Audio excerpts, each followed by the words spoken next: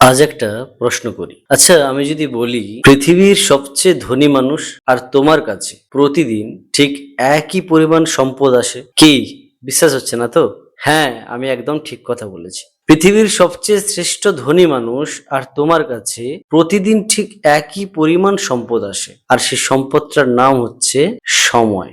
প্রতিদিন সবাই 24 ঘন্টা সময়ই পায়। সেই 24 ঘন্টা সময়ের মধ্যে কেউ তার নিজের স্বপ্নকে বাস্তবায়ন করে, কেউ তার স্বপ্নকে পূরণ করে, আর কেউ অজুহাত খুঁজে বেড়ায় আমাদের কাছে সময় নেই বা আমার কাছে সময় নেই। তাহলে পার্থক্যটা ঠিক কোথায়? পার্থক্যটা সময়ের পরিমাণে নয়, পার্থক্যটা হলো সময়ের ব্যবহার। আজকের ভিডিওতে আমি তোমাকে ঠিক এমন কিছু বিষয় বলবো, সেগুলো যদি তুমি তোমার জীবনে প্রয়োগ করো, তাহলে আজ থেকে ঠিক 1 বছর পর তোমার জীবনটা ঠিক কোন জায়গায় গিয়ে দাঁড়াবে তা তুমি হয়তো এখন কল্পনাও করতে পারছো না। তাই ভিডিওটি শেষ পর্যন্ত অবশ্যই দেখো।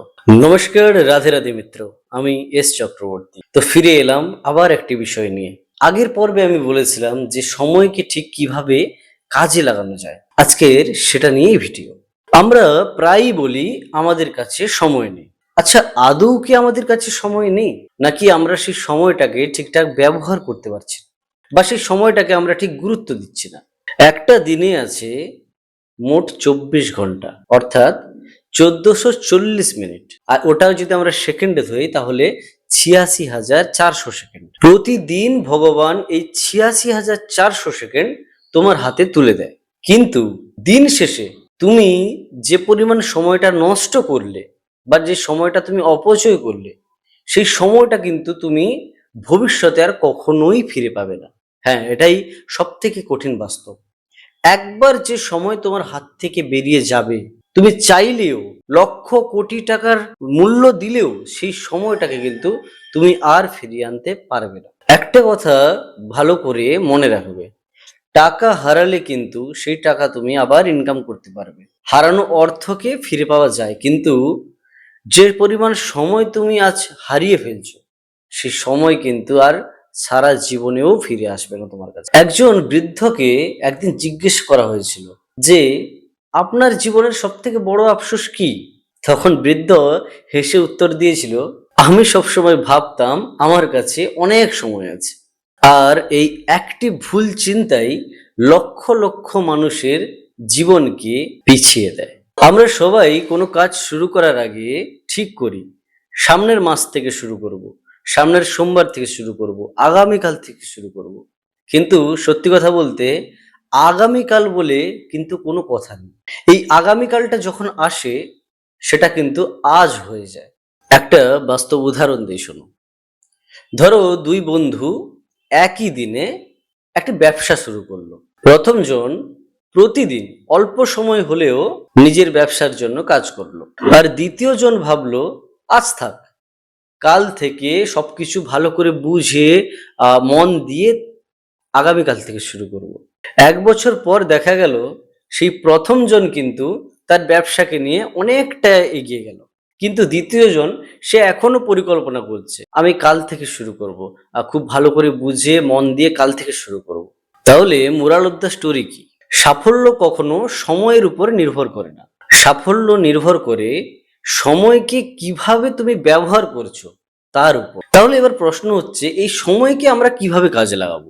সময়কে কাজে লাগানোর 5টি নিয়ম আমি এখন বলবো। এই 5টি নিয়ম তুমি অনুসরণ করার চেষ্টা করো।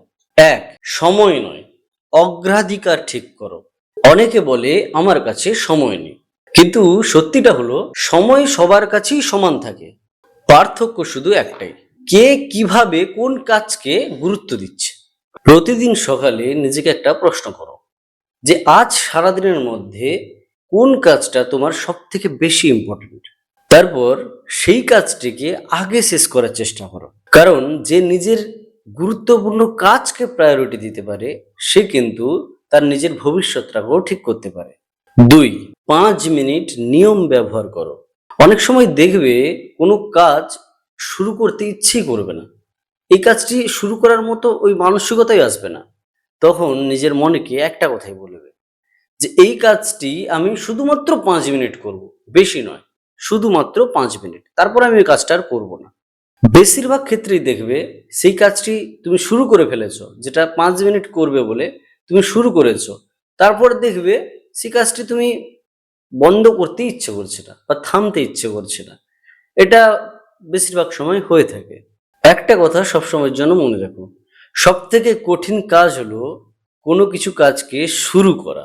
3, সারাদিনের মধ্যে কতটা সময় তোমার নষ্ট হচ্ছে সেটা দিনের শেষে রাতে একা বসে একটা কাগজে নোট করো, যে আমি আজ সারাদিন কি কি করলাম আর তার মাঝে প্রতিটা ঘন্টা আমি কোনখানে ব্যয় করলাম। ওই নোটটা যদি তুমি তৈরি করে নিতে পারো তাহলে তুমি বুঝতে পারবে যে তোমার কাছে সময়ের কিন্তু অভাব নেই, তোমার কাছে সময় আছে, বরং সময় তোমার অজান্তেই নষ্ট হয়ে যাচ্ছে। যে মানুষ নিজের সময় কোথায় খরচ হচ্ছে সেটা যদি সে জানে তাহলে সে কিন্তু সময়কে নিয়ন্ত্রণ করতে শিখে যায়। 4, না বলতে শেখো। সব জায়গায় উপস্থিত থাকার দরকার নেই, সব ফোন যে তোমাকে ধরতে হবে এমনও কোনো কথা নেই, সব নিমন্ত্রণে যে তোমাকে যেতে হবে এমন কোনো কথা নেই। সবাইকে খুশি করতে গিয়ে নিজের স্বপ্নটাকে অবহেলা করো না।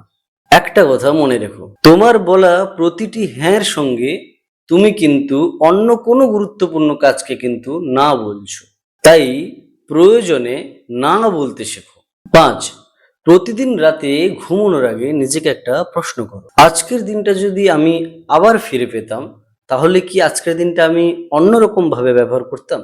এই একটি প্রশ্ন প্রতিদিন যদি তুমি তোমার নিজেকে জিজ্ঞেস করো তাহলে একটি প্রশ্নই তোমাকে একটু একটু করে উন্নতি করতে শেখাবে। আর এই ছোট ছোট উন্নতি একদিন তোমার ভবিষ্যৎটাকে পরিবর্তন করে আনবে। অনেক মানুষ ভাবে একদিন আমার জীবন বদলে যাবে, কিন্তু জীবন একদিনে বদলায় না।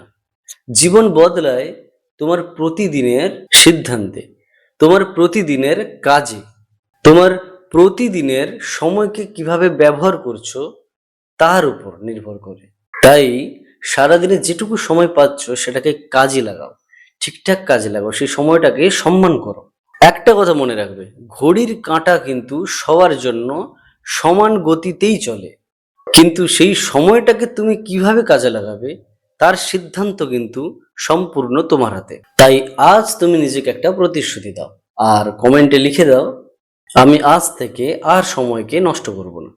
একটা কথা কিন্তু মনে রেখো, ঘড়ির কাঁটা কখনো কারোর জন্য থেমে থাকে না, কিন্তু আজ তুমি যে সিদ্ধান্তটা নেবে সেই সিদ্ধান্তই ঠিক করবে আজ থেকে 5 বছর পর তুমি কোন জায়গায় অবস্থান করবে। আর যদি আজকের ভিডিওটা তোমার ভালো লেগে থাকে তাহলে ভিডিওটি লাইক করে দাও, চ্যানেলটি সাবস্ক্রাইব করে দাও আর বেল আইকনটি অন করে রাখো, যাতে এই সিরিজের পরবর্তী ভিডিওগুলো তুমি মিস করতে না পারো। পরের ভিডিওতে আমরা কথা বলবো এই ভয়কে জয় করে কিভাবে আত্মবিশ্বাসের সাথে একটা বড় সিদ্ধান্ত নিয়ে কোনো কাজকে শুরু করা যায়। অনেক মানুষের স্বপ্ন কিন্তু ট্যালেন্টের অভাবে থেমে থাকে না, অনেক মানুষের স্বপ্ন থেমে যায় শুধুমাত্র ভয়ের কারণে। সেই ভয়কে কিভাবে জয় করা যায় সেটাই জানবো পরের ভিডিওতে। আর ততদিন পর্যন্ত নিজের স্বপ্নকে ভালোবাসো, সময়কে গুরুত্ব দাও। আবার দেখা হবে পরের পর্বে। রাধে রাধে। আমি এস চক্রবর্তী।